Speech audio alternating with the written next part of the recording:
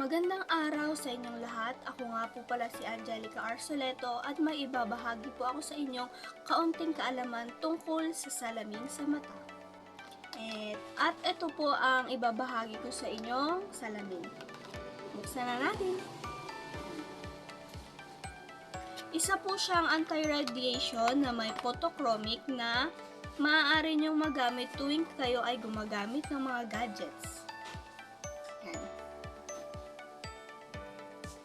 Yan po siya sa malapitan. Alam nyo ba na ang salamin sa mata o eyeglass ay isa sa pinaka-epektibong paraan upang maprotektahan ang inyong mga mata? And syempre, hindi natin maiiwasan na gumamit tayo ng mga gadgets tulad ng mga laptop, computer, cellphone at iba pa. So, dahil dyan sa mga yan is nagkakaroon niya ng mga radiation or blue light na nakakaapekto sa ating mga mata. So, para maiwasan natin yon is gumamit tayo ng mayroong salamin na anti-radiation. Tulad neto. Yan. Isa po ito sa mga mabisang paraan upang maprotektahan ng ating mga mata. Ang salamin na ito ay meron pang ibang nagagawa. Tulad na lang ng protektahan ang mata natin sa mga araw or sa mga liwanag. So, papakita ko po sa inyo na may photochromic po ito. Ito po ay isang example ng UV light or blue light. Papailawan natin ito. Yan.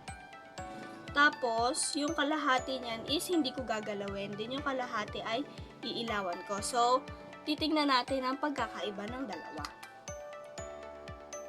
Ayan, nakikita nyo naman po na hindi ko ginagalaw yung isa. At nilalagyan ko ng blue light yung isa.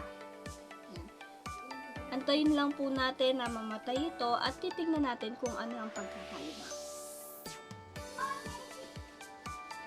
So, ayan. Namatay na siya and taran! Nakikita nyo po ba kung ano yung pagkakaiba? So, suotin ko pa para malaman. Ayan. Diba? Nag-iba po yung kulay nung kabila sa dito. Ito po yung hindi ko nilagyan ng UV light and ito yung nilagyan ko ng UV light. Yan.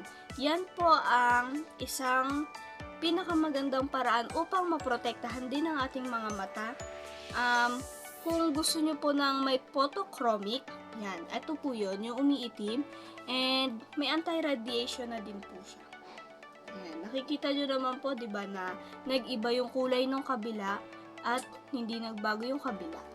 At makalipas po ang ilang minuto ay nagla-lighten or hindi na po gaanong maitim yung ating salamin. So, bumabalik po siya sa dati niyang kulay. And sana po ay may naintindihan po kayo sa aking shinare at sana magkaroon po kayo ng kaalaman tungkol sa mga salamin na tulad ng ganito na pwedeng makatulong sa inyo kung kayo ay laging gumagamit ng gadgets. Kaya, ano pang gagawin nyo? Bumili na kayo ng ganitong salamin.